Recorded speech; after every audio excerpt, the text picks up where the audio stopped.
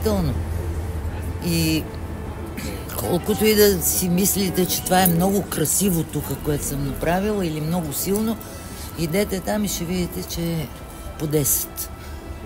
Просто човек в този случай с правенето на тия пейзажи, да кажем, то си е борба някаква, съревнование с природата, обречено на пълен неуспех. Това ви казвам най-често, защото там е абсолютната красота.